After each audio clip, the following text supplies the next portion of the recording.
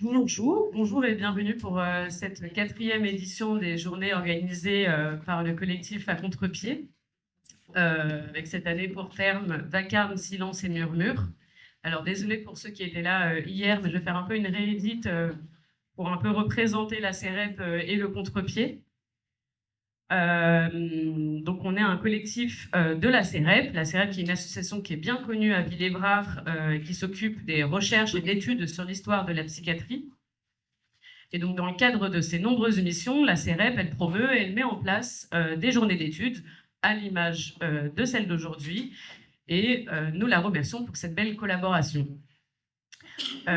Donc, il y a un petit stand spécial normalement pour de la CEREP qui se tient juste en face des cafés. Mais ok. Il n'y a plus de flyer. Ok. Succès. Vous avez fait trop de succès. Trop de succès pour les adolescents.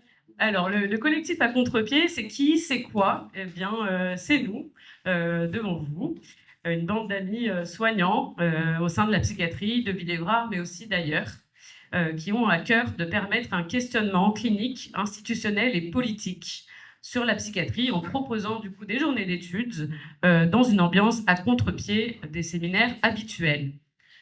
Notre désir, il est donc d'aménager un espace où on pense le concret. Et notre idée, c'est de proposer des journées gratuites et accessibles à tout soignant comme soigné pour faire intervenir des personnes variées qu'on n'a pas l'habitude d'entendre. C'est donc nous, là, qui sommes devant vous, mais c'est aussi tous les autres, d'abord toutes celles et ceux soignants comme soignés qui ont accepté avec intérêt de venir donner un peu de leur voix. Merci à tous les intervenants qui sont intervenus hier et qui vont intervenir aujourd'hui, et aussi à ceux que l'on appelle nos parachutes, qui sont venus au fur et à mesure nous donner un peu d'aide et de vie pour ces journées. Des collègues, des patients et des amis qui sont là aujourd'hui, un peu partout. Merci à vous. Enfin, nous tenons à remercier spécialement la CAFET pour ce fabuleux concert qui a été tenu hier avec Fantasio. Le club aussi Antonin Artaud, qui a intervenu hier et qui tient pour la 3e année le bar. Il ouvrira à 13h30 encore une fois aujourd'hui avec le café et des gâteaux à petit prix. Et tout revient à l'association Antonin Artaud des patients et des soignants. Merci à Louis aussi pour la 2e année consécutive qui se tient derrière la caméra. Merci à l'équipe de l'hôpital de jour de Bagnolet pour les petites capsules radiophoniques avec des témoignages succulents de patients que vous allez entendre au cours de la journée. Et enfin, merci à l'hôpital de jour du G10 de Montreuil pour ces œuvres d'art qui ornent la chapelle. Alors, avant d'ouvrir cette première journée, je vous transmets quelques informations techniques. Tout d'abord, cette journée sera émaillée d'interludes divers et variés. Il y aura une première pause dans la matinée de 11h30 à 11h45. La pause déjeuner sera autour de 12h45 avec une reprise des interventions à 14h.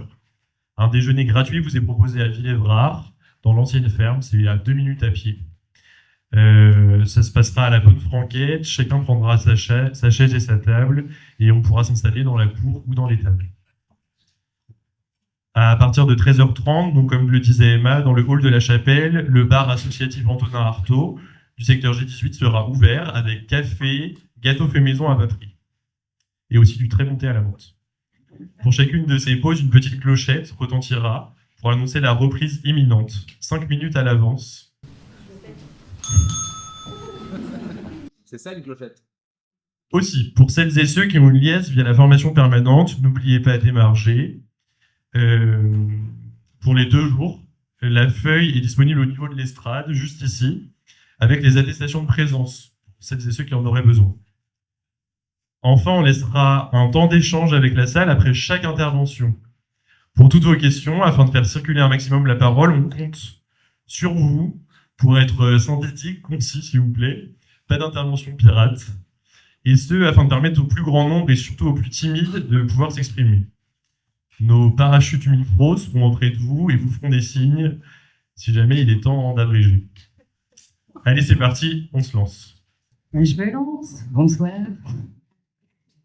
Alors, j'ai la tâche, non pas de faire une introduction, mais de faire ce qu'on a appelé ensemble la fonction ramasse-pépite, qui est, depuis l'année dernière en tout cas, l'idée un peu de venir récolter ce qui a pu être parlé la veille pour donc le lendemain, pour les personnes qui notamment n'étaient pas là la veille, mais aussi pour se rassembler un peu et se dire bonjour.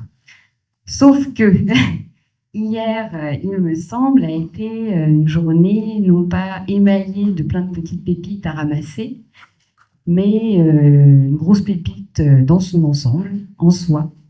Donc la récolter n'est pas une tâche facile. Et puis en plus, il me semble que ça m'a un peu sauté aux oreilles en tout cas. La qualité hier des échanges et des écoutes a fait qu'il était déjà en résonance et en transversalité dans les différentes interventions, un certain nombre de paroles qui, du coup, sont déjà reliées, se sont auto-reliées les unes entre elles. Mercredi, la veille des journées, on devait l'après-midi joncher un peu le chemin qui mène à la chapelle des affiches. Et on m'a raconté qu'au pied d'un tronc d'arbre, on a repéré 2 bébés chouettes qui étaient tombés de l'arbre et qui restaient un peu comme ça au sol, sans pouvoir regrimper ou être récupérés, récoltés. Et donc, ils restaient comme ça au pied de l'arbre, un peu frétillant d'inquiétude. C'est un peu en une identification à ce bébé chouette que je viens parler ce matin. Hier a été une journée pleine de propos, pleine de sensations, d'une grande qualité d'écoute, il me semble, effectivement. Pleine de réflexions, il y a eu de l'amusement, il y a eu aussi beaucoup d'extraits de temps vécus. Parfois qui étaient des temps vécus ennuyeux, ennuyés, répétitifs, conflictuels, des temps un peu qui venaient parler d'isolement, de solitude, de tristesse, de souffrance certainement. Mais on a aussi beaucoup parlé de moments de partage festif, de souvenirs. On nous a rapporté des souvenirs de jeux d'enfants, de sonorités comme ça, assez heureuses. Je me suis fait la réflexion que à contre-pied, on tient beaucoup, on l'a dit dans mon introduction, à inviter des gens qui n'ont pas l'habitude de parler, qui donc peuvent nous surprendre par leurs mots, par leur langue, leurs pensées, leurs histoires, leurs voix. Ça peut donner à entendre une certaine richesse qui est peu nommée, des frétillements inquiets, justement, de bébés chouettes, un peu tremblants, et toujours de l'inattendu en tout cas. J'ai été assez surprise et assez émerveillée de voir la solidité des gens qui sont venus comme ça affronter cette inquiétude et se mettre à la tribune et parler d'une voix claire, parfois de loin, parfois de près, mais en tout cas qui ont porté leur voix. Il y avait de la spontanéité, du sérieux, mais sans trop se prendre pour, justement, pour qui? Celui qui sait. En tout cas, nous, dans le doute, il y a eu hier de multiples pépites, ça c'est sûr, qui regorgeaient de savoir. Ça peut aussi dévoiler, on en a entendu parler hier, des ça va pas de soi, justement, des paroles un peu hors des sentiers battus. J'ai l'impression qu'hier, on s'est mis au diapason pour raconter une histoire à plusieurs voix qui se retrouve pas du côté de la répétition, mais justement de l'unisson. C'était un unisson qui était plein, qui était multiple, qui était différencié. Il y avait plein de tonalités, des hautes, des basses, des chuchotements. On m'a chuchoté justement dans l'oreille que silence, vacarme, murmure, on a du mal à le retenir, cet ordre. Même d'ailleurs, ceux qui l'ont écrit ont du mal à le retenir. Alors on ne sait jamais, est-ce que c'est vacarme, murmure, silence, silence, murmure, vacarme, etc. On pourra en faire plein. Peut-être que justement, c'est parce que ce n'est pas un ordre, mais simplement l'indication d'un rythme qui se mêle, qui est transversant et qui a eu lieu, qui a opéré justement pendant nos journées, pendant la journée d'hier et certainement celle d'aujourd'hui, entre des silences et des voix et des silences.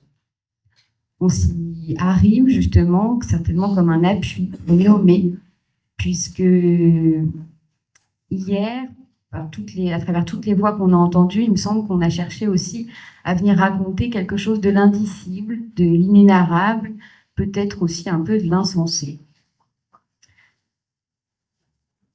L'ambiance hier, elle était de l'ordre un peu du velouté, elle était enveloppante. On a pu faire, il me semble, l'expérience d'être non percé par tous les éclats sonores et même silencieux de fonction, en tout cas, puisque au contraire, il y a eu des sonneries de téléphone, il y a eu la coupure d'électricité et donc des micros.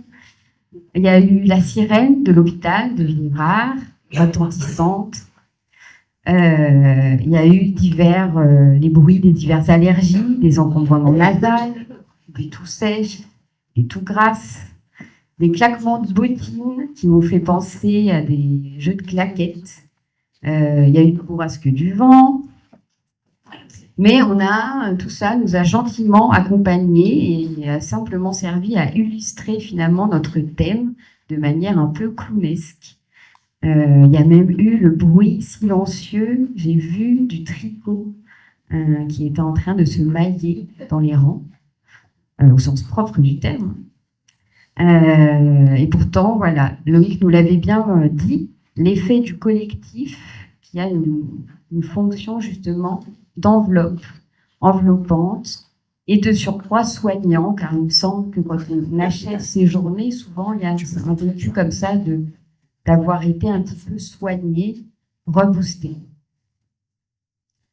Donc on nous a raconté des histoires hier, de temps plus ou moins éloignés. On est remonté dans les années 40, 50, en paroles, en souvenirs, en images. On nous a raconté des histoires qui semblaient un peu intemporelles, et puis aussi des histoires présentes. On a fini par partir là-bas, vers l'accueil et l'hospitalité. On nous a fait faire des balades dans des atmosphères et des temps divers.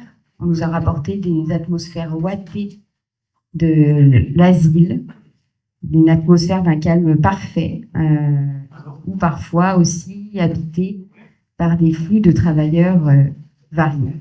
La musique a tenu une place centrale. On nous a ravivé Étoile des neiges. Je ne sais pas de quand date ce tube, mais certainement des années 40-50. Je ne vais pas le chanter.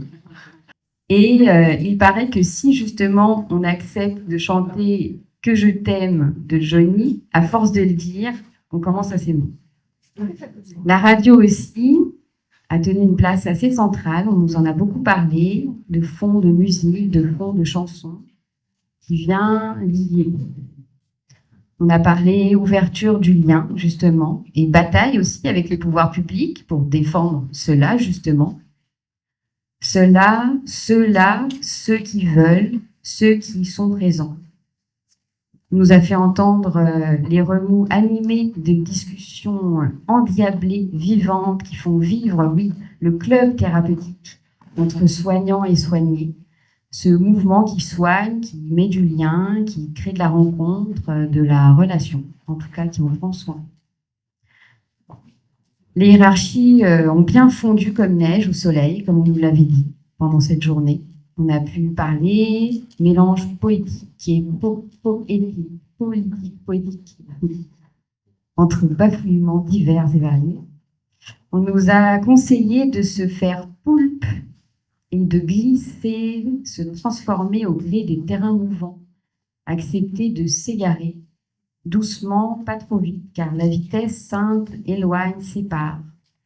Si on prend bien le temps, il paraît qu'on arrive à l'île de Batz. On s'est questionné sur ceux qui soignent, ceux qui prennent soin des uns des autres, si on peut vraiment guérir de ces troubles intimes. On s'est demandé comment accueillir à l'hôpital malgré l'ennui, les empêchements, les trous, et malgré la fonction, l'effusion, la fonction inhospitalière. J'espère que ce n'est pas une fonction. Se mettre à l'unisson sans perdre une miette du multiple. Voilà une tâche qui n'est pas facile. J'ai entendu, la psychiatrie, c'est incroyable mais vrai. On a intégré le calme dans les murs et dans la pénombre parfois de la chapelle, j'ai vu la lumière de l'acoustique. On nous a rapporté l'histoire de grands concerts, non pas 1, 2 ou 3, mais 4 cafettes avant. Et des concerts géants de jazz ou autres aux anciennes cuisines. Une maman à l'aube aurait entendu le somptueux chant d'un rossignol. Je pense qu'on peut encore l'entendre aujourd'hui. Il s'en est passé des choses dehors. On en a écouté du piano, de la contrebasse. En tout cas, il y a une sacrée noisette sonore. Et il paraît qu'il y a un projet psy-son. Les psy-sons sont quoi? L'accueil. Il ne faut pas être trop près, pas trop loin. C'est d'avoir toujours, non pas un œil, mais une oreille, soigner l'espace dans lequel se diffuse le son. L'apaisement dans les murs, par la musique, et surtout à la demande du désir, de la volonté. C'est pas une prescription. Bref, on a eu une ambiance artisanale qui est venue s'incarner les propos qu'on venait y tenir et des thèmes. J'espère que vous avez aimé. Est-ce qu'on peut parler d'harmonie? En tout cas, je dirais que l'on s'est prêté au jeu.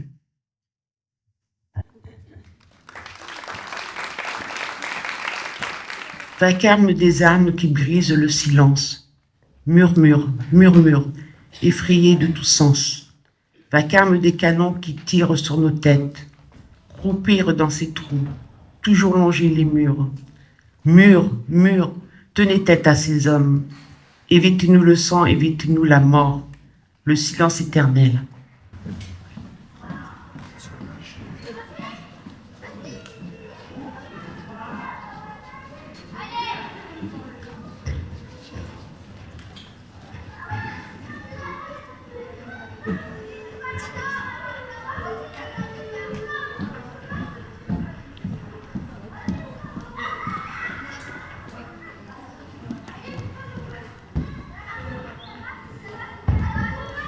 Aujourd'hui, l'espoir silencieux naît après le vacarme de l'angoisse dans ma tête. Est-ce le murmure du crayon sur la feuille qui installe une paix, un silence éphémère, une joie que je sais fragile ?